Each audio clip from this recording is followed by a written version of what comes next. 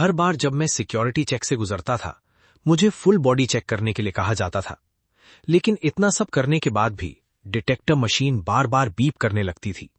Security guards ने तुरंत मुझे एक डेंजरस आदमी समझ लिया और मुझे चारों तरफ से घेर लिया। लेकिन उनका लीडर सिर्फ मुझे एक नजर देखते ही कांप गया, क्योंकि मेरी पीठ पर गोल गोल निशानों के दाग भरे हुए थे। वो ऐसे स्कार्स थे जिसे उसके जैसे बैटलफील्ड से वापस आए इंसान ने एक नजर में पहचान लिया। वो सब बुलेट वूंड्स के निशान थे। मैंने बस शांति से एक छोटी सी रेड बुक निकाली। किसी ने सोचा भी नहीं था कि कैप्टन ने उसे देखते ही सभी लोगों को मुझे सल्यूट करने का ऑर्डर दे दिया। उनकी आंखों में सिर्फ रिस्पेक्ट थी। जो आदमी अभी गया, क्या वो वही जगह से था? चुप रहो। उस इंसान की आइडेंटिटी ऐसी नहीं है जिसके बारे में हम बात कर सकें। याद रखना, आगे कभी भी उनसे मुलाकात हो तो पूरी इज्जत के साथ सल्यूट करना। जरा सी भी बदतमीजी नहीं होनी चाहिए। 10 साल हो गए। आखिर मैं वापस आ गया। पता नहीं मेरी छोटी बहन कैसे जी रही होगी।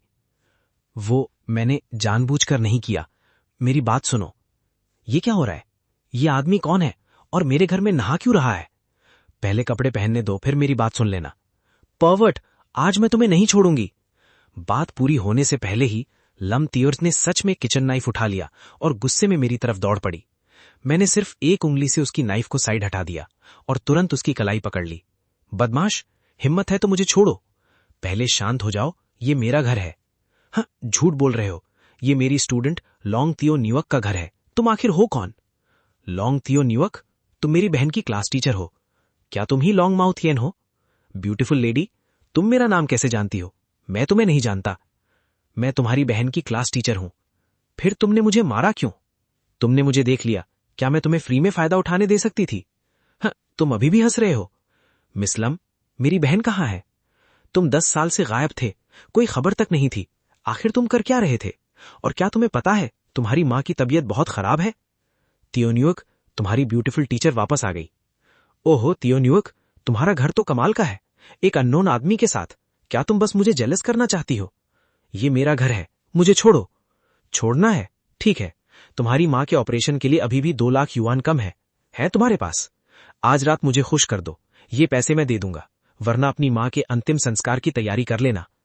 तीबाकियो, तू हद पार कर रहा है। दिन के उजाले में भी तू जबरदस्ती करने की हिम्मत कर रहा है। अरे, ये तो हमारी ब्यूटीफुल मिस लम है। क्या हुआ, तुमने भी सोच लिया क्या? ऐसा करते हैं, तुम लॉन्ग तियो न्यूअक के साथ आ जाओ। मैं थोड़ा जनरस बन जाता हूं। दोनों को 2 लाख युआन दूंगा। कैसा रहेगा? बेशरम आदमी, उसे छोड़ो। मेरे सामने ये सब देखकर मेरा खून उबल आया। 10 साल बाद एक बड़ा भाई बनकर मैं अभी वापस आया था और मुझे ये सब देखना पड़ा। तू कहां से आ गया? क्या देख रहा है? और देखा तो ऐसा हाल करूंगा कि दोबारा देख नहीं पाएगा। तीबाकियो ने मेरी नजर महसूस की। उसका मोटा चेहरा हिल रहा था और उसकी आंखों में घमंड भरा हुआ था। उसके पीछे खड़े दोनों बॉडीगार्ड्स भी हंसते हुए आगे बढ़े। शायद उन्हें लगा मैं बस कोई आम आदमी हूं जो हीरो बनने की कोशिश कर रहा है। उसे छोड़ दो। मेरी आवाज ज्यादा तेज नहीं थी, लेकिन ऐसा लग रहा था जैसे गहराई से आया हुआ फैसला हो। तू है कौन, मेरे मैटर में बोलने की हिम्मत? तीबाकियो के ऑर्डर देते ही एक बॉडीगार्ड ने सीधा मेरे चेहरे पर पंच मारा। मैंने हल्का सा अपना सिर साइड किया, बस हाथ घुमाया और 100 किलो से ज्यादा का आदमी हवा में उड़ गया और दूर जाकर गिर गया। तीबाकियो अभी रिएक्ट भी नहीं कर पाया था कि मेरा हाथ उसकी उस कलाई पर था जिससे उसने तियोन्युक को पकड़ा था। इसी हाथ से तूने उसे छुआ था। हड्डी टूटने की आवाज पूरे ऑफिस में गूंज गई। तीबाकियो की दर्द भरी चीख निकल गई। उसकी पूरी कलाई अजीब एंगल में मुड़ चुकी थी। वो घुटनों पर गिर पाता उससे पहले ही मैंने एक किक मारी। उसका 90 किलो का शरीर कैनन की तरह पीछे उड़ गया, सीधा दरवाजा तोड़ते हुए कॉरिडोर में मरे हुए कुत्ते की तरह गिर गया। मैं पलटा और अभी तक शौक में खड़ी तियोन्युक को देखा। मेरी आंखें लाल हो गईं। मैंने अपने हाथ खोल दिए। तियोन्युक, तुम्हारा भाई वापस आ गया है। अब कोई तुम लोगों को परेशान नहीं करेगा। तियोन्युक जोर से रोते हुए मेरे गले लग गई। दरवाजे के बाहर तीबाकियो अपनी टूटी कलाई पकड़कर नफरत भरी नजरों से उठ गया। अच्छा, बहुत अच्छा। लड़के, अगर हिम्मत है तो भागना मत। मेरे ची परिवार के खिलाफ गया है तू। मैं तुझे अपनी आंखों से दिखाऊंगा कैसे तेरे घर वाले एक एक करके इस दुनिया से गायब होते हैं। आईसीयू में पड़े हुए कमजोर शरीर को देखकर, जिसके ऊपर हर तरफ ट्यूब्स लगी थीं, मेरा दिल ऐसा महसूस हुआ जैसे किसी ने जोर से दबा दिया हो। हर धड़कन दर्द दे रही थी। क्या ये वही माँ थीं जो मेरी यादों में हमेशा हंसती थीं, हमेशा हेल्दी थीं? इन 10 सालों में उन्होंने कितना दर्द सहा होगा। डॉक्टर ने ठंडे चेहरे के साथ पेमेंट नोटिस त्याओ नुक के हाथ में दे दिया। उस पर लिखी हुई लंबी अमाउंट हमारे घर के लिए आसमान जैसी थी। मैंने आदत से अपनी पॉकेट में रखे ब्लैक गोल्ड कार्ड को छुआ। बस एक बार स्वाइप करता तो कुछ लाख क्या, पूरा हॉस्पिटल खरीद सकता था। लेकिन मेरा हाथ रुक गया। वो मिस्टीरियस ऑर्गेनाइजेशन अभी भी अंधेरे में मुझे ढूंढ रही थी। अगर मेरे पैसे का कोई भी ट्रेस मिला तो सिर्फ मेरी मां और त्याओ नुक नहीं, पूरा लिन हाई शहर खतरे में आ जाएगा। अपने परिवार की सेफ्टी के लिए मैं अभी अपनी असली आइडेंटिटी यूज नहीं कर सकता था। अगर स्पेशल पावर यूज नहीं कर सकता तो इन्हीं हाथों से पैसा कमाऊंगा। त्याओ नुक को संभालने के बाद मैं सीधा जॉब रिक्रूटमेंट एरिया की तरफ चला गया। लेकिन रियलिटी ने मुझे पहला ही जोर का झटका दे दिया। एक सिक्योरिटी कंपनी के इंटरव्यू रूम में एक मोटा सा मैनेजर पैर पर पैर चढ़ाकर बैठा था। उसने 2 उंगलियों से मेरी रेज्यूमे पकड़ी हुई थी, जिसमें सिर्फ मेरा नाम और एज लिखी थी। उसके चेहरे पर साफ नफरत दिख रही थी। खाली 18 साल से लेके 28 साल तक, पूरे 10 साल तुम्हारी लाइफ का रिकॉर्ड ब्लैंक है। मैं सीधा खड़ा रहा और गहरी आवाज में जवाब दिया, मैं आर्मी में था, सीक्रेट मिशन पर। आर्मी, सीक्रेट मिशन और कोई रिकॉर्ड भी नहीं। मैनेजर को लगा जैसे उसने दुनिया का सबसे बड़ा जोक सुन लिया हो। उसने मेरी रिज्यूमे मेरे मुंह पर फेंक दी। बाकी इंटरव्यू लेने वाले लोग भी हंसने लगे। कैसा सीक्रेट मिशन? मुझे तो लगता है तुम जेल में थे। 10 साल पहले कुछ क्राइम किया होगा, अभी अभी बाहर आए हो, इसीलिए बताने में शर्म आ रही है ना? निकल जाओ। हमारी कंपनी एक प्रॉपर कंपनी है। हम तुम्हारे जैसे क्रिमिनल बैकग्राउंड वाले लोगों को नहीं रखते। मेरी दोनों मुट्ठियां टाइट हो गईं। उंगलियों से क्रैकिंग की आवाज आने लगी। अगर कुछ साल पहले मुझे ऐसा आदमी मिलता तो शायद अब तक इसकी कब्र कई मीटर ऊंची हो चुकी होती। तभी लिम चैत का फोन आया। उसकी आवाज में रोने की आवाज थी। लॉन्ग आउथियन, जल्दी हॉस्पिटल आओ। ची परिवार की लोगों ने रूम घेर लिया है। वो आंटी का लाइफ सपोर्ट हटाना चाहते हैं। मेरे दिमाग में एक धमाका सा हुआ। गुस्सा मेरी सोच पर हावी हो गया। जब मैं हवा की तरह हॉस्पिटल पहुंचा तो कॉरिडोर ऑलरेडी लोगों से भरा हुआ था। ची बाकी आओ, वो घमंडी रिच लड़का, हाथ पर मोटी बैंडेज बंधी हुई थी और उसके साथ 10 से ज्यादा स्ट्रांग आदमी खड़े थे। वो हॉस्पिटल रूम के दरवाजे को ब्लॉक करके खड़ा था, एक पैर बेंच पर रखकर पूरे घमंड में। त्याओ नुक और लिमचैत को कोने में दबा दिया गया था। दोनों डर से कांप रही थीं। अरे देखो, हमारा बड़ा हीरो वापस आ गया। ची बाकियाओ ने भीड़ के बीच मुझे देख लिया। उसकी आंखों में बदले की खुशी थी। वो तुरंत अटैक नहीं करना चाहता था, बल्कि सबके सामने जोर से बोलने लगा, सब लोग देखो, ये वही गुंडा है जिसने मुझे मारा था। मैंने अभी इसकी इन्वेस्टिगेशन करवाई है। ये आदमी 10 साल गायब था। इसका कोई आर्मी रिकॉर्ड नहीं मिला।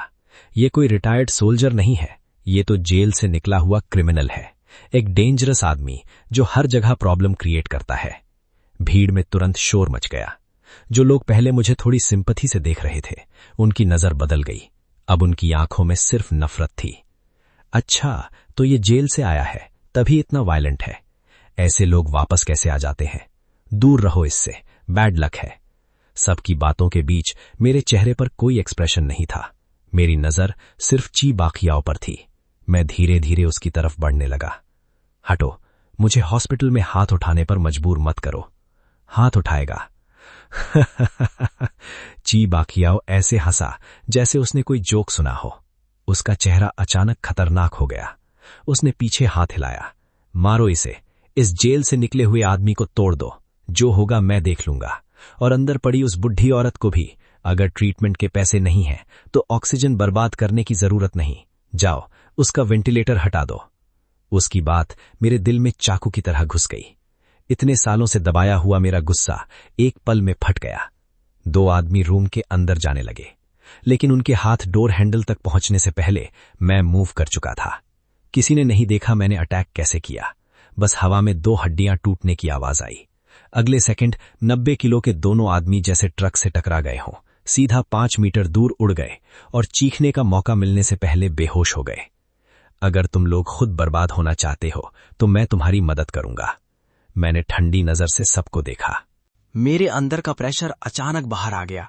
बाकी के 10 से ज्यादा गुंडे अपने हथियार निकाल भी नहीं पाए। उनकी आंखों के सामने बस मेरी परछाई घूमी।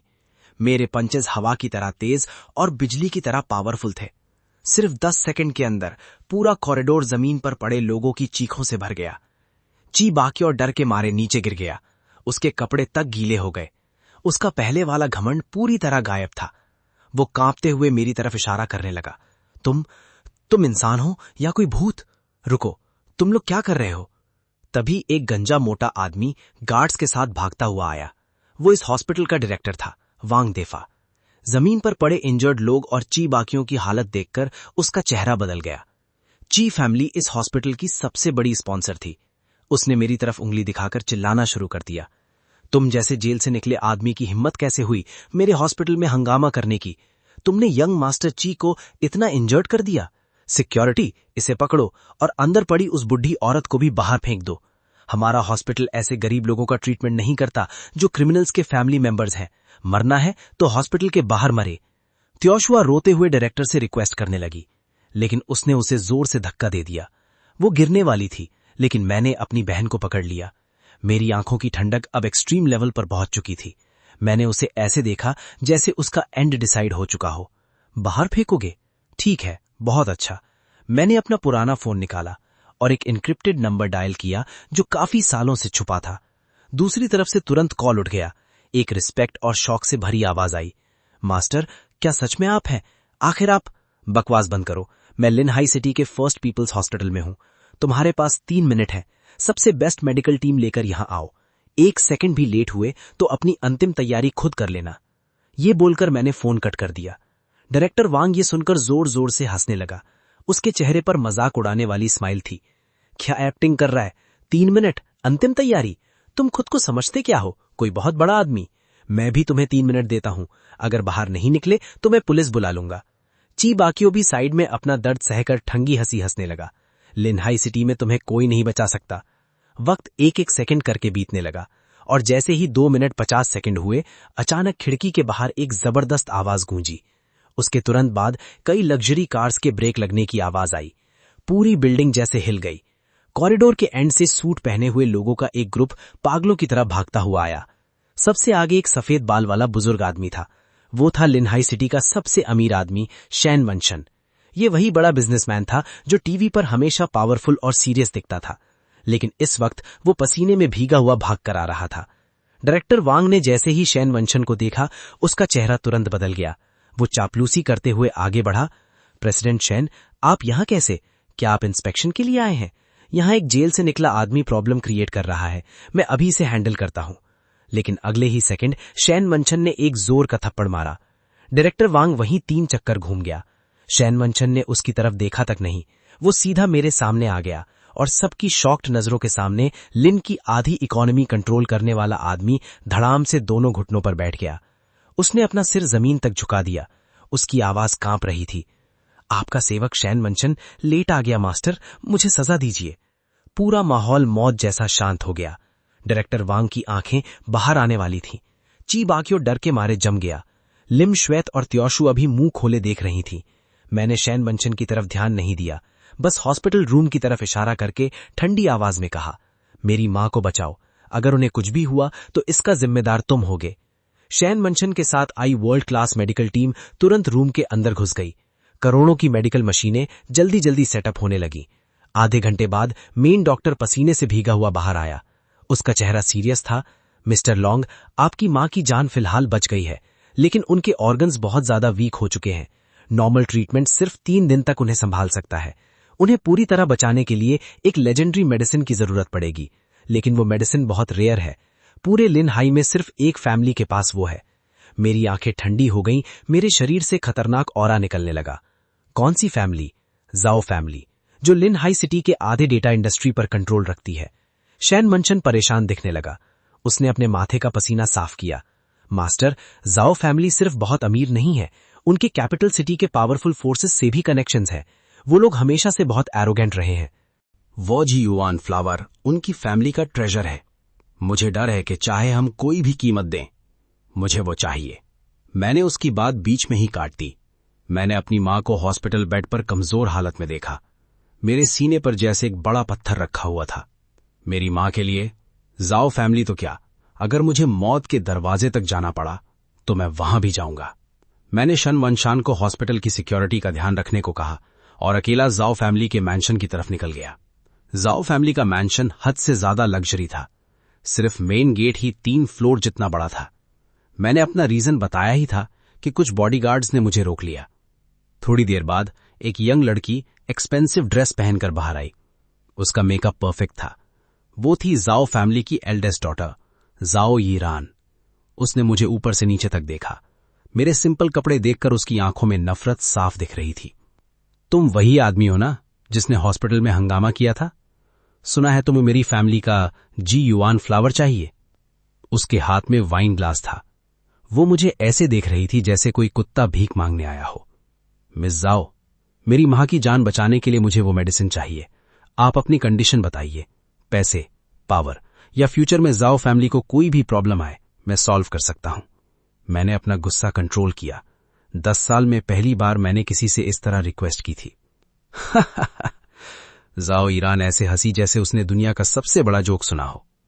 तुम जैसे क्रिमिनल बैकग्राउंड वाले आदमी के भरोसे जाओ फैमिली की प्रॉब्लम सॉल्व होगी? पहले खुद को देखो। सच में दुनिया में हर टाइप के लोग होते हैं। फ्री में फायदा लेने के लिए तो मेरे घर तक आ गए। उसने अपने बैग से पैसे निकाले और मेरे मुंह पर फेंक दिए। ये लो, इन पैसों से अंतिम संस्कार की तैयारी कर लेना। मेरे घर की जमीन गंदी मत करो। अभी नहीं निकले तो मैं कुत्ते छोड़ दूंगी। पैसे हवा में उड़ रहे थे। मेरी मुट्ठी इतनी टाइट हो गई कि नाखून हाथ में घुस गए। मेरा मन कर रहा था कि एक ही अटैक में ये गेट तोड़ दूं और मेडिसिन ले जाऊं, लेकिन मेरी समझ कह रही थी अगर लड़ाई में मेडिसिन खराब हो गई तो मेरी मां की लास्ट होप भी खत्म हो जाएगी। मैंने गहरी सांस ली और वहां से मुड़ गया। लेकिन एक प्रॉब्लम खत्म नहीं हुई थी कि दूसरी आ गई। जैसे ही मैं जाओ मैंशन से बाहर निकला, तियाओ नर्क का फोन आ गया। फोन उठाते ही दूसरी तरफ से उसकी रोते हुए आवाज आई, भाई बचाओ, मिस लिम को वो लोग उठाकर ले गए हैं। क्या? मेरे दिमाग में धमाका हो गया। एक भयानक किलिंग इंटेंट मेरे अंदर से बाहर निकला। तभी फोन से एक ठंडी आवाज आई। वो ची बाचियों की आवाज थी, लेकिन पीछे एक और ज्यादा खतरनाक आदमी की आवाज भी थी। वो था ची फैमिली का हेड ची बा लॉन्ग। लॉन्ग नागोथियन है ना तुम? सुना है तुम बहुत अच्छा लड़ते हो। अभी वो लिम त्वेत हमारे हाथ में है, वेस्ट साइड के बाहर पुराने शिपयार्ड में। अगर चाहते हो कि वो सही सलामत रहे तो अपनी बहन को लेकर चुपचाप यहां आ जाओ।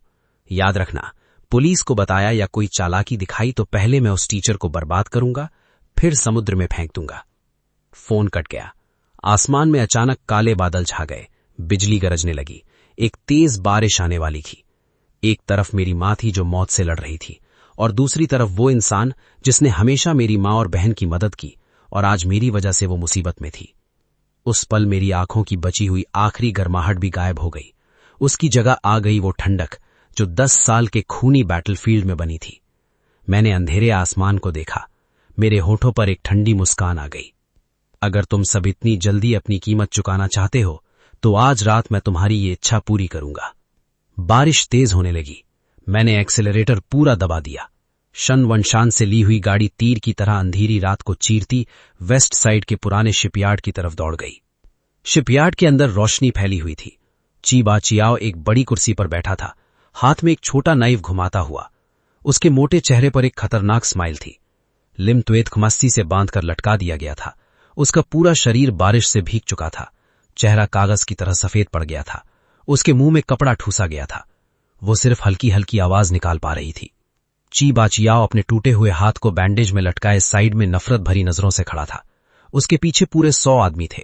सबके हाथ में आयरन रॉड्स और नाइफ्स थे। हर एक के चेहरे पर खतरनाक एक्सप्रेशन था। वो लॉन्ग नागोथियन अभी तक क्यों नहीं आया? कहीं डर के मारे भाग तो नहीं गया?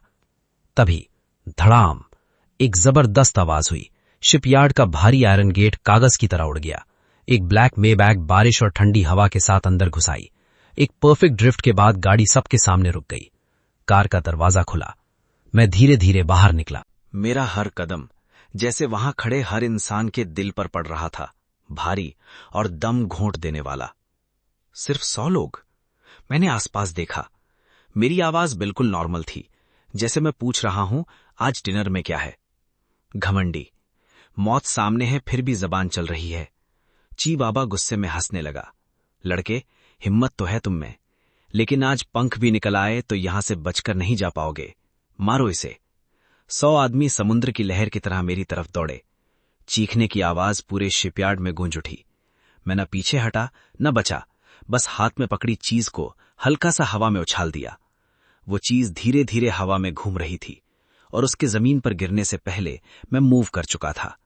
मेरी स्पीड बिजली की तरह थी, परछाई की तरह तेज। ये कोई सड़क की लड़ाई नहीं थी, ये बैटलफील्ड की किलिंग आर्ट थी। मेरा हर पंच हड्डी टूटने की आवाज लेकर आता। मेरी हर किक के साथ कोई ना कोई चीखते हुए कई मीटर दूर उड़ जाता। 10 सेकंड बाद वो चीज फाइनली जमीन पर गिर गई और पूरे पुराने शिपयार्ड में मेरे अलावा कोई खड़ा नहीं था। हर जगह दर्द से चीखते हुए लोग पड़े थे। सीन देखने लायक भी नहीं था। ची फैमिली के बाप बेटे की रूह कांप गई। मैं धीरे धीरे उनकी तरफ बढ़ा। मेरी आंखों की ठंडक किसी को भी तोड़ सकती थी। नहीं, मुझे मत मारो, मैं ची फैमिली का हेड हूं, तुम्हें जितना पैसा चाहिए मैं दे दूंगा। ची बाबा जमीन पर सर मारकर भीख मांगने लगा। मैंने एक किक मारी, वो सीधा दूर जा गिरा। फिर मैं लमत्वेत के नीचे गया, एक सिक्का उछाला। उस सिक्के ने रस्सी काट दी और मैंने उसके गिरते हुए शरीर को संभाल लिया। तभी बाहर से अचानक कई कार्स के ब्रेक लगने की आवाज आई। कई लग्जरी कार्स ने पूरे शिपयार्ड को घेर लिया।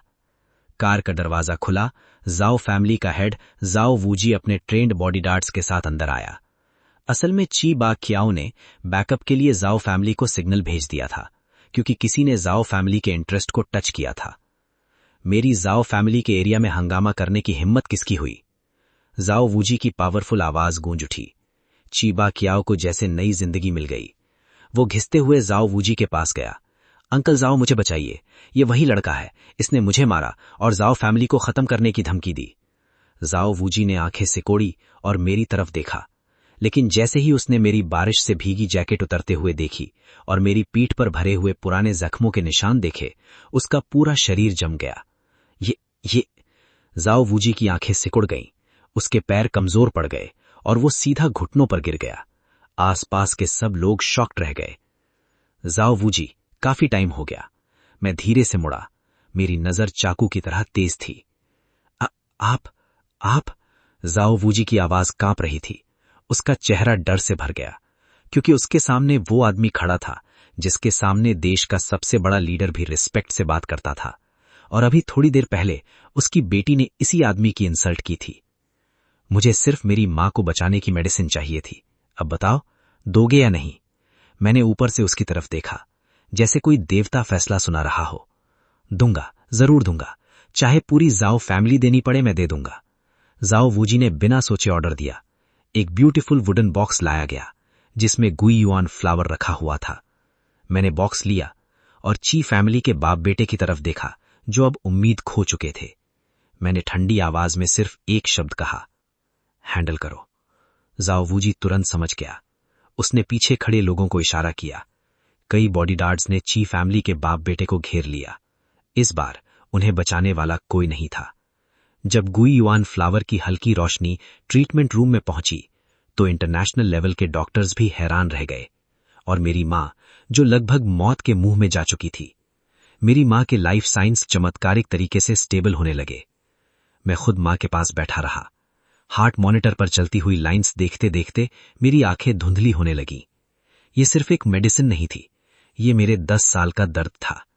जब मां की कमजोर आंखें धीरे धीरे खुली और उन्होंने हल्की आवाज में कहा, घाओथियन, बैटलफील्ड के खून और मौत से गुजरा हुआ ये लोहे जैसा आदमी भी एक पल में आंखों से आंसू रोक नहीं पाया। मां की हेल्थ बेटर होने की खुशी में और लमत्वेत का इतने साल मदद करने के लिए शुक्रिया करने के लिए मैंने स्पेशली एक बड़ा डिनर बनाया। अब न कोई डेंजर था, न किसी रिच फैमिली की दुश्मनी। इस वक्त सिर्फ घर की गर्म रोशनी थी और खाने की खुशबू। च्याओ न्युआक एक खुश चिड़िया की तरह कभी मां को खाना दे रही थी, कभी मेरे लिए पानी भर रही थी। उसके चेहरे पर वो स्माइल थी जो काफी टाइम से गायब थी।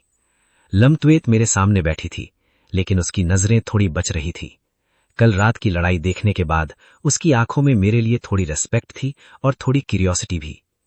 ये 10 साल आखिर तुमने क्या किया? डिनर टेबल पर आखिर लमत्वेत खुद को रोक नहीं पाई। उसने वही सवाल पूछ लिया जो सब जानना चाहते थे। च्याओ न्युआक और मां ने भी खाना रोक दिया और मेरी तरफ देखने लगे। मेरे हाथ में पकड़ी चॉपस्टिक एक पल के लिए रुक गई। मेरे दिमाग में बॉर्डर की वो तेज हवा वापस चलने लगी।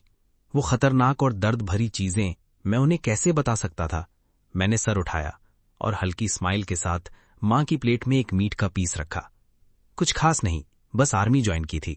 डिग्री नहीं थी, इसीलिए शुरू में मुझे सपोर्ट टीम में भेजा गया। ट्रेनिंग थोड़ी हार्ड थी, फिर परफॉर्मेंस अच्छी रही तो एक नॉर्मल सोल्जर बन गया। बस थोड़ी सेल्फ डिफेंस स्किल सीख ली। वैसे भी बॉर्डर जैसी जगह पर जिंदा रहना है तो कुछ स्किल्स आनी जरूरी है। सच में बस इतना ही? लमतियत क्लियरली पूरा बिलीव नहीं कर रही थी। कल रात जो डेंजरस फाइटिंग स्किल्स उसने देखी थी वो किसी नॉर्मल सोल्जर के पास कैसे हो सकती थी, लेकिन मेरी आंखों को देखकर उसने आगे कुछ नहीं पूछा। रात शांत थी। फैमिली के सोने के बाद मैं अकेला छत पर गया। मैंने अपनी शर्ट के बटन खोले। चांद की रोशनी में मेरी पीठ और सीने पर फैले हुए गहरे निशान और भी क्लियरली दिख रहे थे। मेरी उंगली धीरे से एक पुराने जख्म पर गई और मेरी यादें 3 साल पहले की उस रात में वापस चली गईं। कैप्टन आप जाइए, मेरी फिक्र मत करिए। वो लड़का जिसने मेरी जगह वो डेंजरस अटैक अपने ऊपर ले लिया था, उसका शरीर तक पूरा नहीं बचा था, लेकिन जाते जाते भी उसने मेरा हाथ पकड़कर कहा था कि मुझे जिंदा रहना होगा। मैंने रात के आसमान को देखा। ठंडी हवा ने मेरी आंख के कोने पर आया आंसू सुखा दिया। 10 साल, कितनी बार मौत और जिंदगी के बीच गुजरा। दुनिया सिर्फ ये जानती है कि बॉर्डर कभी नहीं गिरा, लेकिन कोई नहीं जानता उसके पीछे कितने भाइयों का खून और हड्डियां लगी हैं। मैं सच में थक चुका था। अब बस मां और बहन के साथ एक पीसफुल जिंदगी जीना चाहता था। तभी मैंने हवा में एक अजीब मूवमेंट महसूस की। बहुत हल्की किलिंग इंटेंट थी, लेकिन मेरी सेंसेस से बच नहीं सकती थी। मेरी नजर बाज की तरह दूर के अंधेरे की तरफ गई। वहां जैसे कोई जहरीली सांप जैसी ठंडी आंखें मुझे देख रही थीं। मेरा फोन वाइब्रेट हुआ। स्क्रीन लाइट हुई। एक इनक्रिप्टेड मैसेज था। पहले सब रैंडम वर्ड्स जैसे दिख रहे थे, लेकिन डिकोड करने के बाद सिर्फ 4 वर्ड्स निकले। हमने तुम्हें ढूंढ लिया। सुबह की धूप डाइनिंग टेबल पर गिर रही थी। मां का चेहरा क्लियरली पहले से बेटर लग रहा था। तियो न्यूयॉर्क एक्साइटेड होकर मुझे स्कूल के सेलिब्रेशन के बारे में बता रही थी। मैं स्माइल करते हुए सुन रहा था। हाथ में एग पकड़ा हुआ था, लेकिन मेरा दिल अभी भी अलर्ट था। कल रात का इनक्रिप्टेड मैसेज एक टाइम बॉम्ब की तरह था। बाहर से मैं इस रेयर पीसफुल मोमेंट को एंजॉय कर रहा था, लेकिन मेरी इंस्टिंक्ट कह रही थी तूफान से पहले वाली शांति सबसे ज्यादा डेंजरस होती है। फैमिली को टेंशन ना हो, इसलिए मैं हमेशा की तरह तियो न्यूयॉर्क को स्कूल छोड़ने गया। स्कूल गेट पर पहुंचते ही देखा पूरी जगह डेकोरेटेड थी। हर तरफ लग्जरी कार्स थीं और बड़े बड़े लोग एक्सपेंसिव कपड़े पहनकर आए हुए थे। पता चला ये सेलिब्रेशन सिर्फ एक नॉर्मल इवेंट नहीं था, ये लिन हाई सिटी के अपर क्लास लोगों का बड़ा गैदरिंग भी था। यहां तक कि फॉरेन स्पॉन्सर्स भी आए हुए थे। भैया देखो, वो इस बार के सबसे बड़े स्पॉन्सर्स हैं। सुना है किसी इंटरनेशनल सिक्योरिटी ग्रुप से हैं। तियो न्यूयॉर्क ने एक्साइटेड होकर मेन स्टेज की तरफ इशारा किया। ब्लैक सूट्स और सनग्लासेस पहने हुए फॉरेनर्स का एक ग्रुप खड़ा था। मैंने उस तरफ देखा और मेरी आंखें तुरंत सिकुड़ गईं। वो लोग नॉर्मल कपड़ों में थे, लेकिन उनका चलने का स्टाइल, वो सालों की ट्रेनिंग वाली कोल्ड फीलिंग और भीड़ को देखने का तरीका सब कुछ अलग था। खासकर उनका लीडर, जिसके चेहरे पर स्कार था, कपड़ों से छुपाने की कोशिश कर रहा था, लेकिन उसकी गर्दन पर एक ब्लैक स्नेक टैटू हल्का सा दिख रहा था। मेरे दिमाग में जैसे बिजली गिर गई। Black snake army? ये लोग सच में आ गए हैं, और इतनी हिम्मत कि सीधा स्कूल में घुस आए। ये लोग पैसे के लिए कुछ भी कर सकते हैं, और क्लियरली उनका टारगेट मैं था। तियो न्यूयॉर्क, वो लोग अच्छे नहीं लग रहे, उनसे दूर रहना, मैंने धीमी आवाज में कहा और चुपचाप उसे अपने पीछे कर लिया। भैया, फिर से आपकी आर्मी वाली आदत शुरू हो गई क्या? वो लोग इन्वेस्टर्स हैं। तियो न्यूयॉर्क कंप्लेन तो कर रही थी, लेकिन फिर भी मेरी बात मानकर सिर हिला दिया। तभी वो स्कार वाला आदमी शायद मेरी नजर समझ गया। उसने भीड़ के पार से मुझे देखा और एक ठंडी क्रूअल स्माइल दी। उसने अपना हाथ उठाया और गला काटने का इशारा किया। मैंने कोई रिएक्शन नहीं दिया, बस चुपचाप उन सब की पोजीशन याद कर ली। अगर तुम लोग यहां तक आ गए हो तो फिर वापस शांति से जाने का सपना मत देखना। मैं वॉशरूम जाने का बहाना बनाकर चुपचाप भीड़ से अलग हो गया और सिक्योरिटी रूम में घुस गया। मैंने पूरे स्कूल का कैमरा सिस्टम अपने कंट्रोल में कर लिया। मेरी नजर स्क्रीन पर उन लोगों की हर मूवमेंट पर थी। स्क्रीन में ब्लैक स्नेक के लोग भूत की तरह अलग अलग जगह फैल रहे थे। कुछ लोग एग्जिट्स गार्ड कर रहे थे और कुछ लोग चुपके से पावर रूम की तरफ जा रहे थे। ये लोग करना क्या चाहते हैं? किओस क्रिएट करना या बड़े लेवल पर नुकसान पहुंचाना? अचानक स्टेडियम की तरफ से शोर सुनाई दिया। पता चला वो स्कार वाला आदमी गेस्ट बनकर स्टेज पर स्पीच दे रहा था। उसके हाथ में माइक था, लेकिन उसकी नजर भीड़ के बीच खड़ी तियो न्यूयॉर्क पर टिकी हुई थी। उसके चेहरे पर एक बुरी मुस्कान आ गई। आज मैं यहां मौजूद एक स्टूडेंट को एक स्पेशल गिफ्ट देना चाहता हूं। उसकी बात पूरी भी नहीं हुई थी तभी जोर से आवाज आई। अंदर के दरवाजे बंद कर दिए गए। सारी लाइट्स एक पल में बंद हो गईं। हर तरफ चीखने की आवाजें आने लगीं। क्या हो रहा है? लाइट क्यों चली गई? बचाओ, किसी के पास वेपन है? अंधेरे में मैं सिक्योरिटी रूम से एक चीते की तरह बाहर निकला। मेरे हाथ में सिक्योरिटी गार्ड से ली हुई एक रबर स्टिक थी। मैं अपनी असली पहचान ऐसे ही सामने नहीं ला सकता था, लेकिन इसका मतलब यह नहीं था कि मैं इन कचरे जैसे लोगों को सजा नहीं दे सकता। अंधेरे के कोने में एक साइलेंट हंट शुरू हो चुका था। जिसको जिंदा रहना है चुपचाप खड़ा रहे। अंधेरे में स्कार वाले आदमी की ठंडी आवाज गूंजी। जो भी हिलेगा मैं उसे खत्म कर दूंगा। लॉन्ग त्याओ न्योक नाम की लड़की, खुद बाहर आ जाओ, वरना हर 1 मिनट में एक हॉस्टेज कम होता जाएगा। उसकी बात सुनते ही अंधेरे में छुपे मेरी आंखों में किलिंग इंटेंट बर्फ की तरह ठंडी हो गई। मेरा शरीर एक शैडो की तरह हिला और एक गार्ड कर रहे मर्सिनरी के पीछे पहुंच गया। मैंने उसकी गर्दन पर जोर से वार किया। अब 19 बचे। पूरा स्कूल अंधेरे में जैसे म्यूट हो गया था। सिर्फ कभी कभी आने वाली हल्की टकराने की आवाजें लोगों की रीढ़ की हड्डी तक ठंडी कर रही थीं। स्कार वाला आदमी स्टेज पर खड़ा था। जैसे बिल्ली चूहे के साथ खेलती है, वैसे वो नीचे डरे हुए स्टूडेंट्स और टीचर्स को देख रहा था। उसे मुझे ढूंढने की जल्दी नहीं थी। वो इस क्रूअल तरीके से मुझे खुद बाहर निकलने पर मजबूर करना चाहता था। लॉन्ग त्याओ न्योक और लम तुयेत स्टेज के एक कोने में सिकुड़कर खड़ी थीं। उनके चेहरे सफेद पड़ गए थे। आंखों से चुपचाप आंसू गिर रहे थे। 5वां आदमी, स्कार वाले ने ठंडी हंसी हंसी और अपना वेपन धीरे धीरे घुमाया। रुक जाओ। मैं धीरे धीरे अंधेरे से बाहर आया। मेरे हाथ में एक बेहोश मर्सिनरी घिसटता हुआ आ रहा था। मैंने उसे ऐसे ही जमीन पर फेंक दिया। फिर बाहर आ ही गए।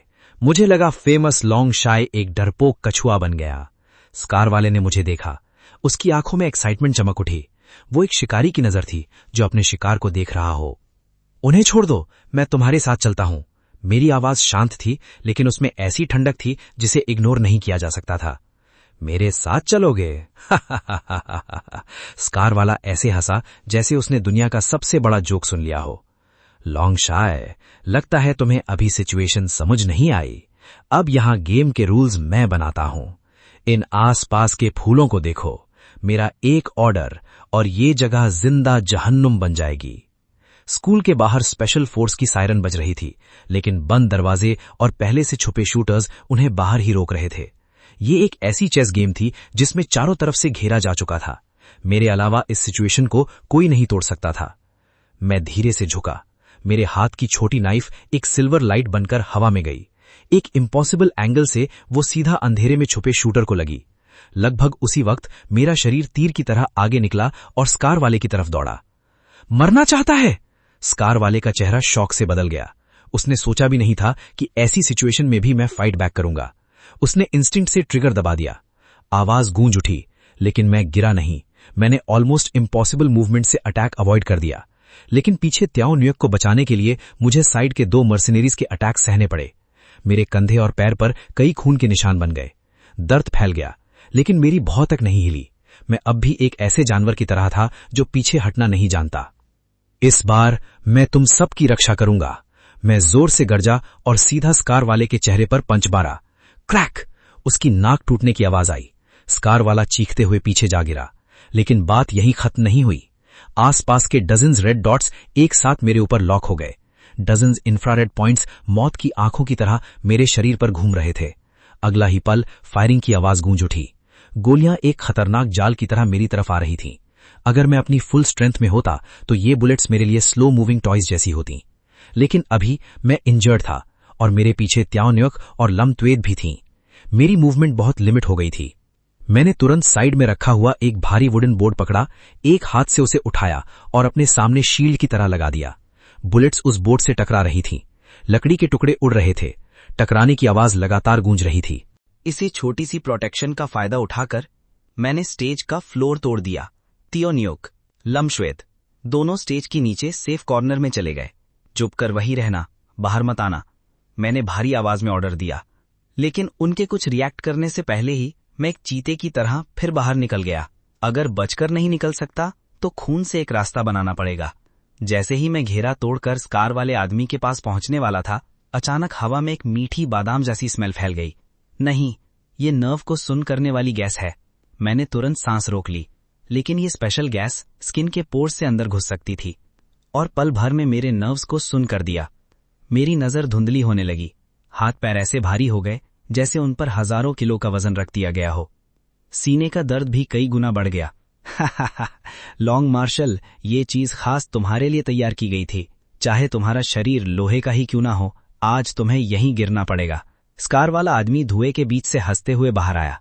उसके हाथ में एक बड़ी नाइफ थी जिससे खून टपक रहा था। आसपास के मर्सेनरीज भी शैतानों की तरह मास्क पहनकर मेरी तरफ बढ़ने लगे। नहीं, मैं बिल्कुल नहीं गिर सकता।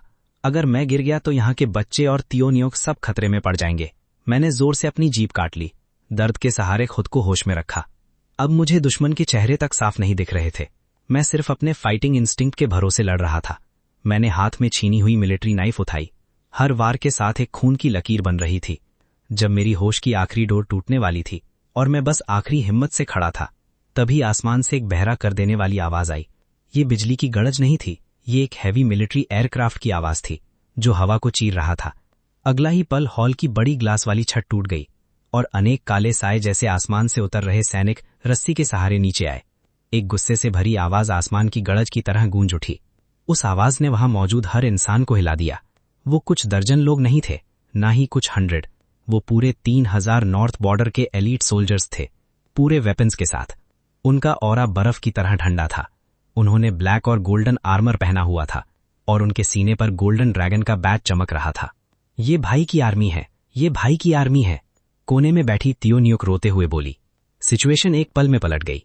ब्लैक स्नेक आर्मी, जो अभी तक एरोगेंट बनी हुई थी, इन असली बैटलफील्ड मशीन्स के सामने मिट्टी के बर्तन जैसी कमजोर लग रही थी।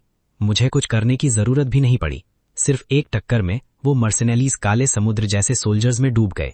ये कोई फाइट नहीं थी, ये एक तरफा तबाही थी। स्कार वाला लीडर रिएक्ट भी नहीं कर पाया था, तभी एक लंबे पावरफुल कमांडर ने एक पंच में उसका जबड़ा तोड़ दिया और उसे मरे हुए कुत्ते की तरह खींचकर मेरे सामने फेंक दिया। हम लेट आए हैं। कमांडर एक घुटने पर बैठ गया। उसकी आंखों में दर्द था जब उसने मेरा घायल शरीर देखा। मैंने अपनी बची हुई ताकत से खुद को संभाला। दुश्मन पकड़े जा चुके थे और सभी स्टूडेंट सेफ थे। मेरे हाथ की मिलिट्री नाइफ जमीन पर गिर गई। एक हल्की सी आवाज हुई। मुझे लगा पूरी दुनिया घूम रही है। आंखों के सामने अंधेरा छा गया और मेरा शरीर पीछे की तरफ गिर गया। जब मेरी आंख खुली, मैं आईसीयू में था। खिड़की से आ रही धूप थोड़ी चुभने वाली थी। हवा में मेडिसिन और हल्की फूलों की खुशबू मिली हुई थी। मैंने आदत से उठने की कोशिश की, लेकिन पूरे शरीर के जख्म खिंच गए। दर्द से मेरी सांस रुक गई। बेड के पास 2 लोग सिर रखकर सो रहे थे। वो तियोनियोक और लमश्वेत थीं। उनकी आंखें सूजी हुई थीं। साफ था वो पूरी रात मेरी देखभाल कर रही थीं। रूम का दरवाजा धीरे से खुला। शमवान सन उसी पावरफुल कमांडर के साथ अंदर आए। मुझे जागता देखते ही वो कमांडर तुरंत एक घुटना पर बैठ गया। हम लेट आए। ब्लैक स्नेक आर्मी के बचे हुए सभी लोग खत्म कर दिए गए हैं। मैंने हाथ हिला दिया। इस बार मैं सच में थक चुका था, सिर्फ शरीर के जख्मों से नहीं, दिल से भी। 10 साल बैटलफील्ड से लौटने के बाद मैं बस एक सिंपल जिंदगी जीना चाहता था, लेकिन फिर भी मैं इस एंडलेस स्टॉर्म में खींच लिया गया। लॉन्ग मार्शल, कैपिटल से ऑर्डर आया है। शमवान सन ने रिस्पेक्ट के साथ एक गोल्डन डॉक्यूमेंट मेरे सामने रखा। उसके चेहरे पर एक्साइटमेंट थी। इस बार आपने अकेले स्कूल बचाया, इसलिए ऊपर से ऑर्डर है कि आपको वापस मार्शल की पोजीशन दी जाए। मैंने उस डॉक्यूमेंट को देखा। वो डॉक्यूमेंट सबसे बड़ी पावर का सिंबल था। मैं चुप रहा। फिर मैंने सोती हुई तियोनियोक को देखा, माँ और लमश्वेत को देखा, जो बाहर मेरे लिए पॉरेज बना रही थीं। उनकी आंखों के आंसू अभी तक पूरे सूखे नहीं थे। जरूरत नहीं है। मैंने धीरे से वो डॉक्यूमेंट वापस कर दिया। मेरी आवाज हल्की थी, लेकिन फैसला मजबूत था। लॉन्ग नाओथीन अब नहीं रहा। जो आदमी अब जिंदा है वो बस एक नॉर्मल इंसान है, जो अपनी बहन के लिए खाना बनाना चाहता है और अपनी माँ की सेवा करना चाहता है। नॉर्थ बॉर्डर में मेरे भाई लोग हैं, मुझे उन पर भरोसा है। कमांडर और थम वानसन ने एक दूसरे को देखा। उनके चेहरे पर शौक था। वो समझ नहीं पा रहे थे, लेकिन मेरी आंखों की शांति और फैसला देखकर आखिर में दोनों ने गहरा सर झुका दिया। कुछ दिन बाद लिंगहाई सिटी में एक बड़ी खबर फैल गई। वो जाओ फैमिली, जो कभी बहुत पावरफुल और एरोगेंट थी, अचानक बैंकरप्ट होने का अनाउंसमेंट कर दिया। जाओ फैमिली के हेड त्रियो वोकुक ने अपने पूरे परिवार को लेकर उसी रात शहर छोड़कर चले गए। उसके बाद उनका कोई पता नहीं चला। और वो तेई फैमिली, जो कभी किसी को कुछ नहीं समझती थी, वो भी दुनिया के मैप से गायब हो गई।